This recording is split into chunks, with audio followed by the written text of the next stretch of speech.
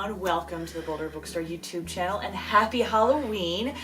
Seeing as Halloween is this coming Monday, I figured now would be a good time to do a spooky video with some recent horror reads that kind of span some. I've got a middle grade, a teen, an adult, and a teaser for a book coming out soon. So let's get right in. So we're going to start with the middle grade book, The Stars Did Wander, Darkling by Colin Meloy.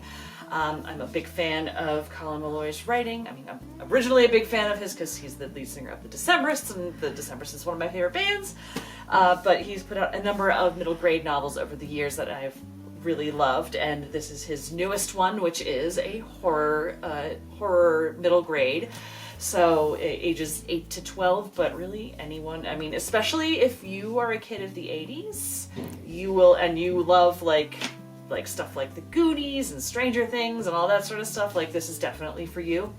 It's set in the late 80s in Seaham, Oregon, and it centers around a group of intrepid young kids who realize that things are not going well. Something weird has happened. It kind of begins with Archie Coombs' dad has a construction company, and they've got this big project that's doing good things for the family because there's this old Langdon house that's on this cliffside.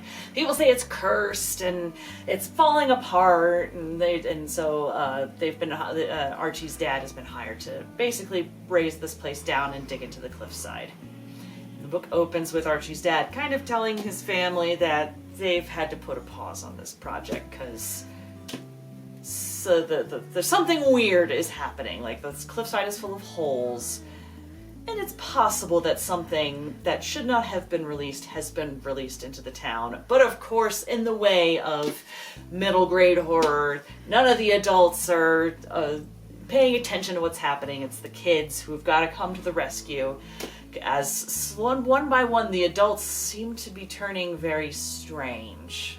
And so really the fun of this book is finding out like what's happening to the adults, what got dug up in this cliffside, what are all these strange little things going on, and just seeing the great friendship between the four kids who are the main kids. And as you can see on the cover, they're on bikes, so it's, you know, you look at this cover and I was just immediately thinking of Goonies, and moving into teen horror with It Looks Like Us by Allison Ames. I was particularly excited to read this because Allison Ames is a former bookseller here at Boulder Bookstore, and we love her. This is her second book, and this is more inspired by The Thing. And I mean, it opens, there's a quote from John Carpenter's The Thing. So it's set, actually it opens with a lab in Antarctica that is blazingly on fire, and a girl is running out of it, and a helicopter comes down and arrests her.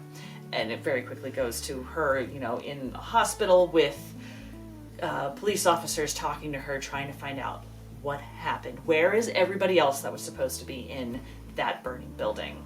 So Riley Kowalski is the main character. She's one of 5 teens that have been chosen for this special scholarship program where she's going to Antarctica. They've been, and this program's being put on by a very wealthy tech magnate. They've been sent to Antarctica to take ice samples to try and study the effects of climate change on the ice.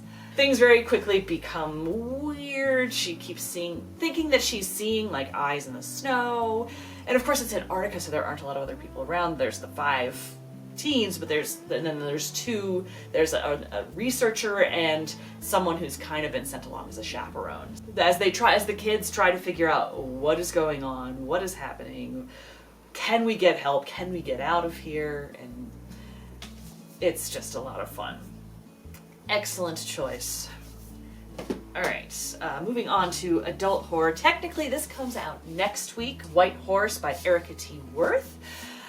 Erica is a Denver author. Carrie, our main character, she's urban Indian. She lives in Denver. She is like hard as rock. It's not quite fair to say she has her shit together, but it's like she has everything under control.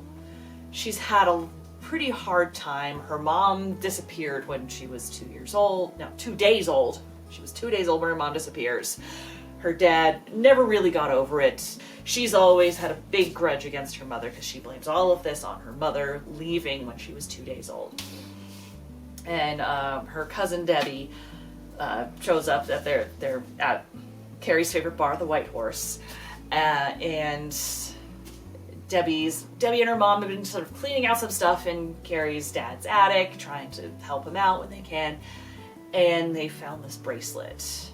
And Debbie's mom says this bracelet belonged to Carrie's mom, and Carrie doesn't want to have anything to do with it. But she, Debbie's so excited about it, she takes the bracelet, and at some point later, when she actually touches the bracelet, she is suddenly confronted with the ghost of her mother, who is standing before her with like a big head wound, and she's bleeding and screaming at her. And all of a sudden, Carrie is not quite sure what happened to her mother. She's always assumed that her mom just ran off, but what if she didn't?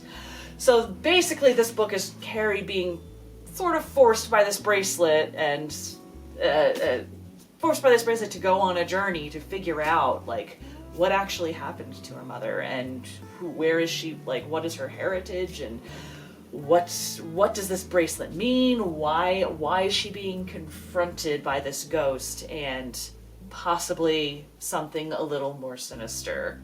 I mean, what can be more sinister than a ghost?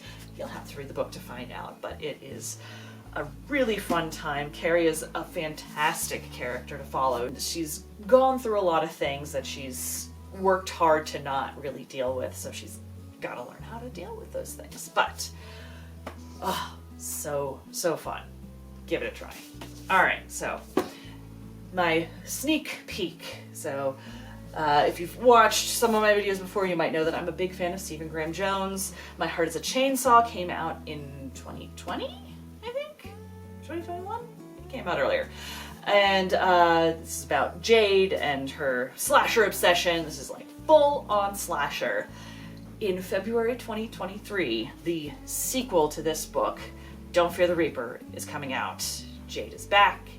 It's a few years later. She's had a lot of trauma, if you know what happened in this book, so she's trying to put her slasher fantasies and dreams behind her, and she's trying to start off as Jennifer, but it's a slasher, and it's Stephen Graham Jones, so you know there's going to be a big body count, there's going to be a lot of blood and guts, and Jade might just have to be the final girl once again. It's so fun, it's so good. It's different in some ways than My Heart is a Chainsaw, but like the heart of it is still the same. Just so much fun.